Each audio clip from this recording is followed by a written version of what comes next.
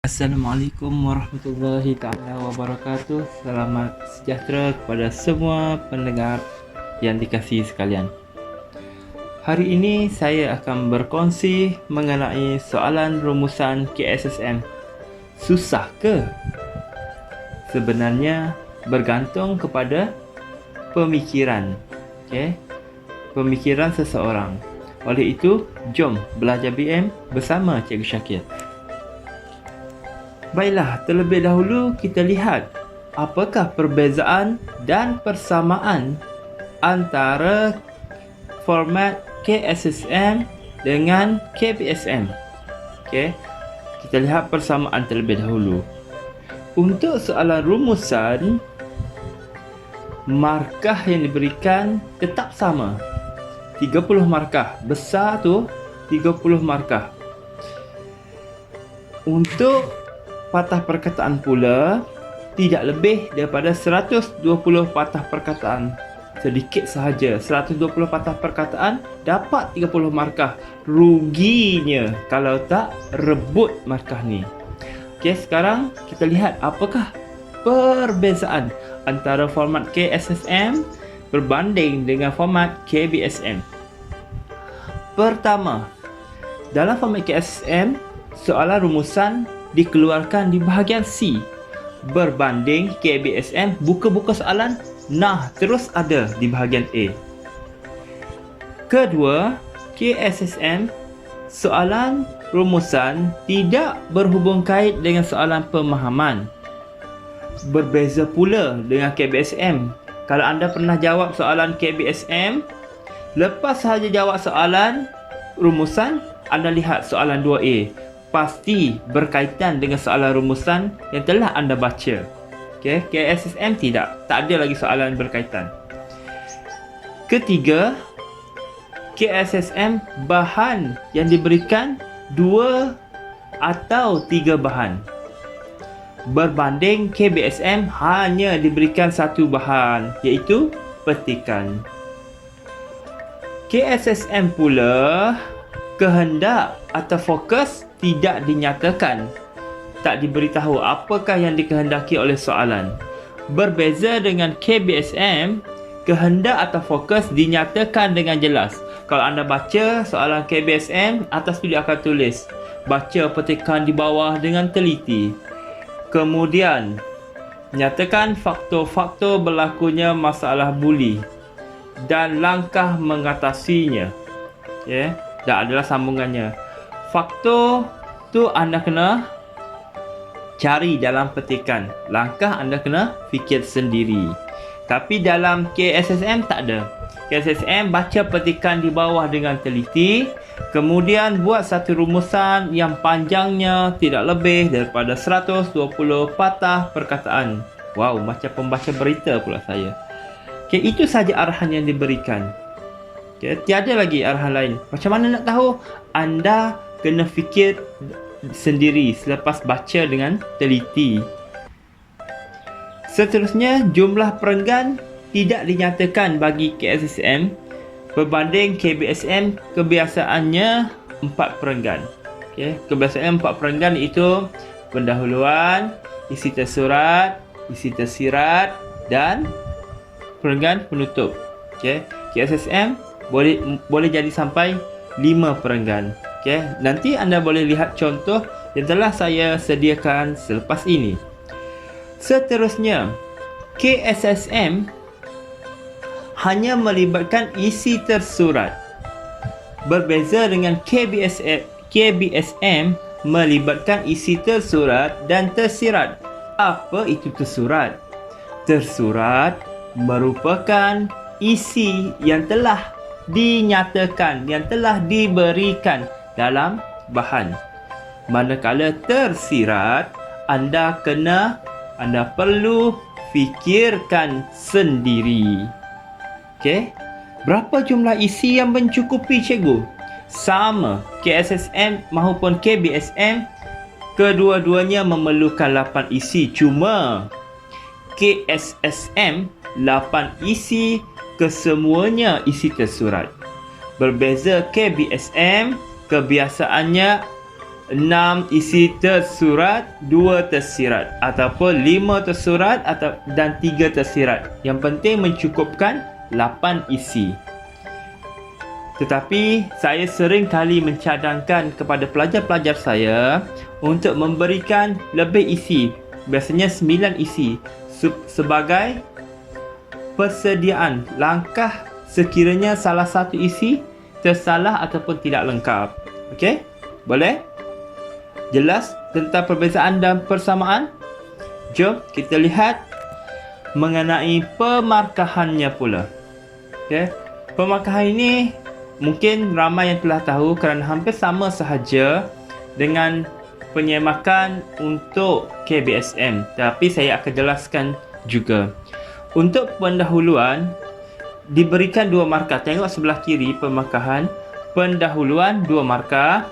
Isi mencukupi 8 isi. Setiap isi diberikan 2 markah, berjumlah 16 markah. Penutup diberikan 2 markah, yang menjadikan jumlahnya adalah 20 markah. Tapi soalan rumusan 30 markah. Di manakah 10 lagi markah? 10 lagi markah datangnya daripada bahasa. Macam mana nak tahu markah bahasa? Jumlah berapa yang dapat, iaitu 20 lah. Bahagi 2 sama dengan 10. Jadi jumlah keseluruhan adalah 30. Sekarang kita lihat di sebelah kanan pula, saya sediakan contoh pemarkahan. Kita andaikan pelajar A bernama Abu lah. Okey, Abu. Abu telah menjawab satu soalan rumusan.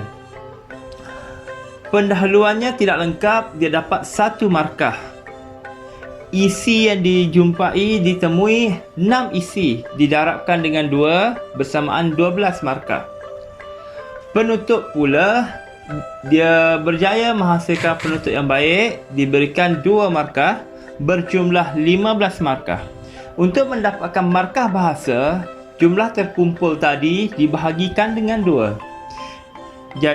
Bersamaan dengan 7.5, bukan? Jadi kita genapkan kepada 7 kerana mungkin ada berlaku kesilapan, sedikit kesilapan bahasa dalam penulisan. Jadi kita tuliskan 7 markah.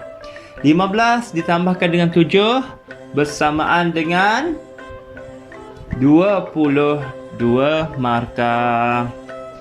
Itulah markah yang diperolehi oleh Abu bagi soalan rumusannya.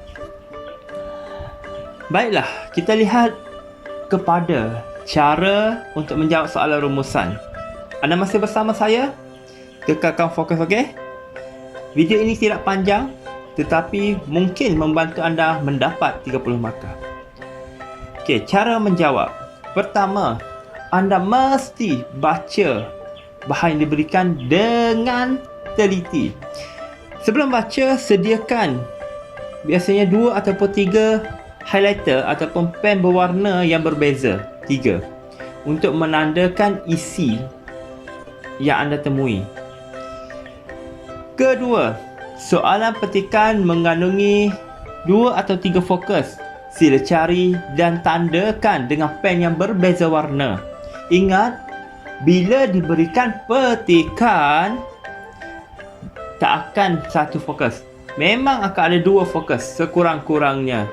Cari kedua-dua fokus itu. Mungkin boleh jadi kesan dan punca, boleh jadi kebaikan dan langkah, bergantung pada teks yang diberikan.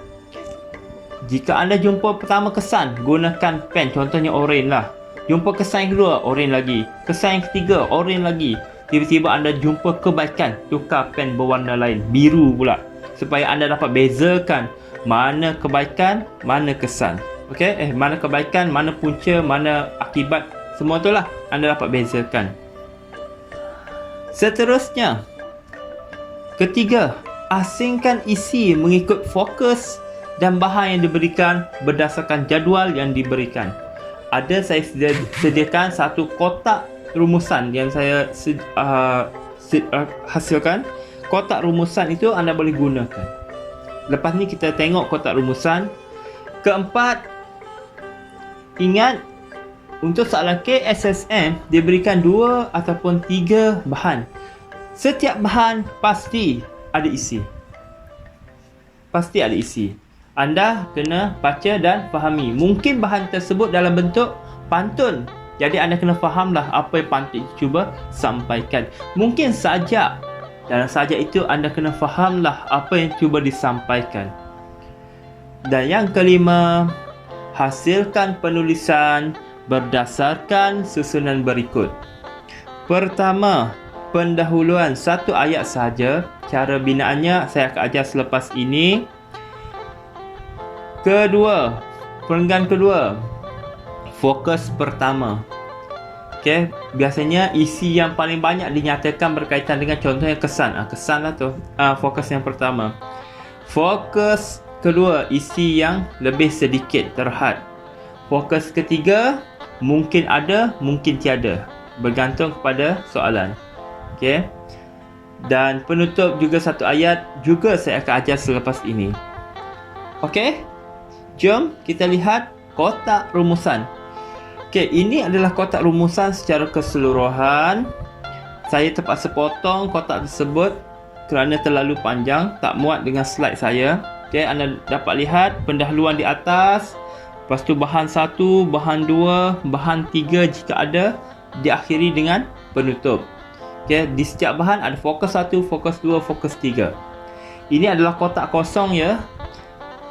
Lepas ini saya akan terangkan satu persatu, jangan risau jika anda belum jelas. Lepas ini saya akan terangkan satu persatu beserta dengan contoh. Baiklah, kita lihat terlebih dahulu bagaimana cara menggunakan kotak rumusan bagi soalan pendahuluan. Berikut merupakan pendahuluan untuk soalan rumusan. Okey. Formula binaannya, mulakan rumusan anda dengan perkataan petikan membincangkan.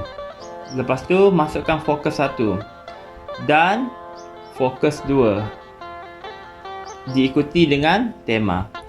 Jika soalan tersebut ada 3 fokus, anda mulakan pendahuluan anda dengan ayat petikan membincangkan apa fokus pertama, diikuti apa fokus kedua, dan fokus ketiga tambah tema. Ada juga tema kadang-kadang diletakkan selepas fokus pertama. Contohnya, petikan membincangkan punca-punca berlakunya masalah buli dan langkah mengatasinya. Ada juga macam tu. Okey, tapi saya tunjukkan contoh yang lain di bawah. Okey, contoh yang pertama. Petikan membincangkan, fokus yang pertama hijau kan, punca-punca, dan fokus kedua kesan-kesan, diikuti oleh tema berlakunya tanah runtuh. Lupa saya nak warnakan dengan warna purple, ungu. Kalau Kelantan cakap putih star. Okey. Contoh yang kedua, jika 3 fokus, petikan membincangkan pertama punca-punca, yang kedua kesan-kesan, dan ketiga biru cara-cara mengatasi tema masalah buli. Okey, dapat? Senang saja macam ini, 2 markah dalam tangan petik jari je, bro. Senang. Okey, jangan susah-susah fikir. Dapat? Jom kita lihat bagaimana untuk menghasilkan kotak rumusan isi bagi soalan yang mengandungi 2 fokus. Selepas anda baca, andaikan bahan 1 itu adalah petikan. Selepas anda baca bahan 1, akhirnya anda dapat kenal pasti terdapat fokus pertama iaitu punca-punca dan fokus kedua kesan-kesan. Jadi anda pun tulislah di fokus 1 apa punca yang anda telah temui. Fokus 2 kesan-kesan apa yang telah anda temui. Selesai. Selepas itu anda lihat bahan kedua. Bahan kedua mungkin sajak. Dalam sajak tersebut dinyatakan tentang punca yang menjadi fokus pertama, bukan? Punca ada 2 iaitu gegaran akibat gempa bumi dan lereng bukit yang curam. Dalam sajak tu dinyatakan. Jadi anda letaklah di bahagian fokus pertama punca-punca, tapi bahan 2. Seterusnya dalam sajak tersebut juga ada dinyatakan kesan, iaitu perubahan geomorfologi. Anda pun tulislah di fokus 2, tapi bahan yang kedua. Okey, dapat? Nanti anda buatlah dalam kotak rumusan yang disediakan oleh guru anda itu, dalam borang ataupun kotak yang disediakan oleh guru. Kotak ini anda juga boleh buat sendiri di atas kertas A4 ataupun dalam buku anda. Kita teruskan dengan contoh penulisan isi bagi soalan 2 fokus. Okey, kita mulakan antara punca. Okey, kehendak yang pertama, berlakunya tanah runtuh adalah disebabkan pembangunan yang tidak terancang. Ada dalam isi yang pertama tadi. Selain itu, hujan yang berterusan sehingga struktur tanah menjadi longgar. Isi yang kedua. Seterusnya, pembalakan yang tidak terkawal di lereng bukit. Isi yang ketiga. Di samping itu, gegaran akibat gempa bumi. Isi keempat. Dan lereng bukit yang curam. 5 isi turut menyebabkan berlakunya tanah runtuh. Okey, baru 42 patah perkataan. Kita pergi kepada fokus yang kedua. Antara kesan tanah runtuh adalah akan menyebabkan berlaku korban nyawa. 1 isi. Tanah runtuh turut menyebabkan berlakunya kemusnahan harta benda dan perubahan geomorfologi. Okey. Berapa? 3 isi. Jumlah isi 8. Jumlah perkataan baru 62. Tapi anda dah dapat anda dah dapat 16 markah. Seringkas itu dah dapat 16 markah. Tak mahu ke? Senang bukan? Okey, kita lihat. Okey, di bawah itu adalah rumusan kiraan mudah. Berapa patah perkataan yang anda boleh dapat 30 markah menulis sedikit sahaja. Sebagai contoh, pendahuluan tadi baru saya menggunakan 8 patah perkataan. Sekarang isi baru 62 patah perkataan. Dan kesimpulan selepas ini baru 18 patah perkataan. Jumlah keseluruhan 88 patah perkataan sahaja. Jadi, sebenarnya di penulisan isi ini anda boleh tambahkan satu lagi isi. Kerana biasanya dalam bahan akan diberikan sehingga 10 isi, 11 isi. Okey, walaupun yang diminta cuma 8. Jadi, untuk langkah selamat, anda bolehlah letakkan isi lain jika patah perkataan anda masih jauh dari batas yang dibenarkan. Dapat? Bagus. Jom kita lihat kotak rumusan isi bagi soalan 3 fokus. Hampir sama, tak susah. Okey. 3 fokus, 3 bahan. Anda boleh gunakan kotak ini sama. Sebagai contoh, bahan 1 petikan. Anda pun baca bahan 1. Dalam tu diceritakan tentang buli. Ada punca buli. Anda pun tulis punca buli. Ada kesan buli. Anda pun tulis kesan buli. Ada atau tidak cara buli? Cara-cara untuk mengatasi buli? Tiada. Jadi abaikan kotak fokus 3 bahan 1. Kita pergi kepada bahan 2, iaitu berkaitan pantun. Anda baca pantun. Oh, jumpa satu punca, iaitu pengaruh media massa. Anda tulis di kotak pertama. Fokus 1 punca-punca. Baca lagi kesan. Oh, tiada rupanya kesan. Abaikan kotak kesan bahan 2. Baca lagi fokus 3 cara-cara ada dalam bahan 2. Tulis di kotak fokus 3 bahan 2. Sekarang kita pergi lihat bahan 3. Mungkin petikan akhbar ataupun iklan ke apa-apalah. Baca petikan tersebut, tiba-tiba jumpa punca lagi. Tulis di kotak yang pertama punca. Baca, lihat, oh tak ada kesan. Baca, lihat, oh tiada cara. Biarkan kedua-duanya kosong. Dapat lihat kotak ini? Sekarang kita lihat bagaimana cara menulis. Berikut merupakan contoh penulisan isi bagi soalan 3 fokus. Kita mulakan seperti biasa perenggan isi menggunakan perkataan antara. Anda tak perlu gunakan perkataan bombastik di sini. Pada era Marcapada kini, tak perlu. Okey, teruskan dengan antara dan isi lain gunakan penanda wacana yang biasa-biasa sahaja. Okey. Antara punca, itu kan kehendak pertama tadi, fokus yang pertama. Antara punca berlakunya tanah runtuh adalah disebabkan oleh kurangnya kesedaran dalam diri seseorang murid tentang bahaya buli. Isi yang pertama. Selain itu, penanda wacana, kesan psikologi akibat pernah dibuli. 2. Seterusnya, penanda wacana lagi, kelonggaran disiplin dan pengawasan di sekolah. 3.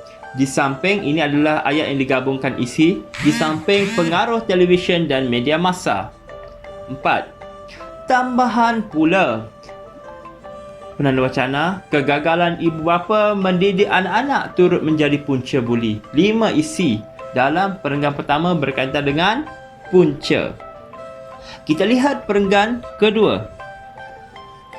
Antara kesan, itu kan fokus yang kedua tadi. Ingat, dalam kotak rumusan, kesan merupakan fokus yang kedua. Antara kesan masalah buli adalah berlakunya ketakutan dalam kalangan murid. Pertama, selain itu berlaku kecederaan kepada fizikal mangsa buli. Kedua, dah berapa isi secara keseluruhan? 7 isi. Isi cukup? 8. Bagus. Kita lihat perenggan yang seterusnya. Langkah. Okay, kehendak soalan yang ketiga ataupun cara yang boleh dilaksanakan untuk mengatasi masalah buli adalah dengan memupuk kesedaran mengenai bahaya buli. 1 isi. Jumlah keseluruhan isi sekarang 8. Cukup untuk dapatkan 16 markah. Sekarang kiraan patah perkataan. Pendahuluan tadi saya tulis 9 patah perkataan. Jika anda rujuk kembali, ada 9 patah perkataan.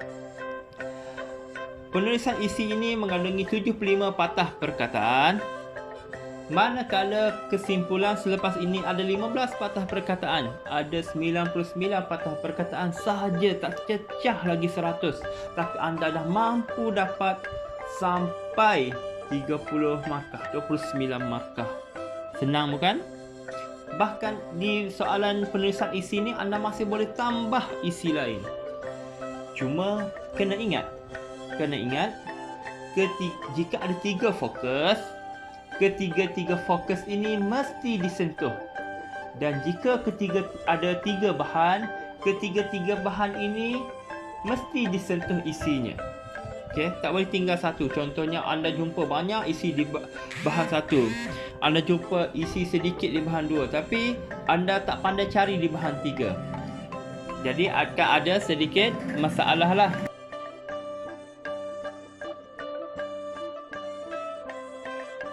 Akan berlaku sedikit masalah berkaitan dengan markah, kerana ketiga-tiga bahan mesti disentuh. Ataupun anda tak jumpa cari isi, ataupun anda sengaja abaikan bahan 3, nak cari di bahan 1 dan bahan 2 saja pun tak boleh. Mesti gunakan ketiga-tiga bahan. Sorry, tadi ada gangguan sedikit. Sekarang kita lihat kepada kesimpulan. Berikut merupakan formula bagi pelajar hafal supaya mudah faham. Okey, formulanya begini. Mulakan semua pendahuluan dengan kesimpulannya. Tak payah mengada-ngada tuntasnya, akhirul kalam. Tak payah mengada-ngada. Tulis kesimpulannya. Lepas tu koma. Diikuti oleh kata ganti nama diri pertama atau kedua atau ketiga. Bergantunglah pada petikan atau bahan ataupun soalan tersebut. Diikuti oleh kata bantu. Contohnya haruslah, hendaklah, janganlah, perlulah. Janganlah tu kata laranglah. Janganlah, hendaklah, macam-macam lah lagi lah. Diikuti oleh isu maupun tema. Diikuti pula agar ataupun supaya. Salah satu, jangan mengada-ngada nak buat dua-dua. Agar ataupun supaya, diikuti oleh kesannya. Apa kesan kepada tindakan tersebut? apa harapan. Okey, kesan ataupun harapan. Okey. Sebagai contoh, pendahuluan untuk soalan pertama tadi mengenai tanah runtuh kan? Kesimpulannya, semua pihak katakan nama diri ketiga, hendaklah berusaha mengelakkan kejadian. Itu adalah kata bantu hendaklah tanah runtuh. Tema agar keselamatan nyawa dan harta benda rakyat sentiasa terpelihara. Kesan ataupun harapan. Kita lihat contoh yang kedua, kesimpulannya, semua pihak lagi, kalau berkaitan dengan pelajar, semua pelajar lah. Kalau berkaitan sekolah, pihak sekolah haruslah lah. Okay, tengok apa soalan yang dikemukakan. Semua pihak harus berganding bahu menangani tema apa? Masalah buli, agar ataupun supaya kesannya apa? Keselamatan dalam kawasan sekolah sentiasa terjamin. Okey, begitulah tadi penerangan mengenai soalan, cara menjawab soalan rumusan KSSM. Untuk mendapatkan latihan, anda boleh rujuk Telegram saya, Jom Belajar BM bersama Cikgu Syakir, ataupun anda juga boleh rujuk Facebook saya, Jom Belajar BM. Ataupun jika anda mahukan lebih banyak video, lebih banyak latihan, anda juga boleh rujuk Facebook saya, Telegram saya dan juga YouTube saya, Cikgu Syakir BM. Okay? YouTube saya, Cikgu Syakir BM. Saya akan berkongsi seberapa banyak ilmu yang saya ada untuk dimanfaatkan oleh anak-anak pelajar maupun rakan guru. Sama-sama kita membaiki diri, menambahkan ilmu untuk menjadi lebih baik. Okey? Lihat gambar ini. Jika anda mahukan duit, anda mahukan kejayaan yang besar, anda mahukan kemasyhuran, anda mahukan rezeki, anda mahukan glory, kejayaan, anda akan ke kiri.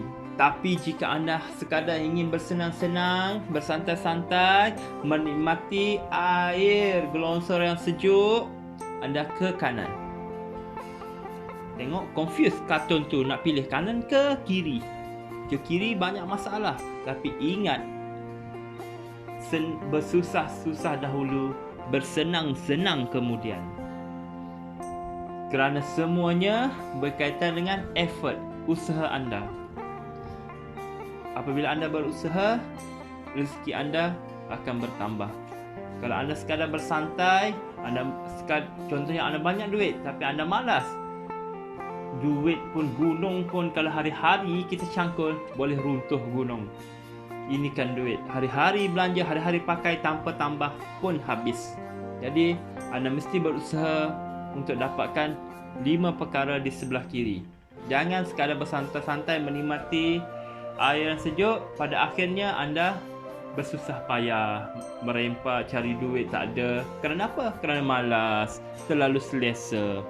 Jadi berusahalah untuk kebaikan diri dan keluarga anda. Baiklah, ikhlas daripada saya, Cikgu Syakir. Semoga anda semua berjaya. Salam sayang daripada saya. Sebagai penutup, terimalah serangkap pantun. Mentari terang menyingsing fajar, berlindung pungguk di pohon celagi. Tuntutlah ilmu, rajinlah belajar. Terima kasih dan jumpa lagi. Assalamualaikum warahmatullahi wabarakatuh. Salam sejahtera, terima kasih.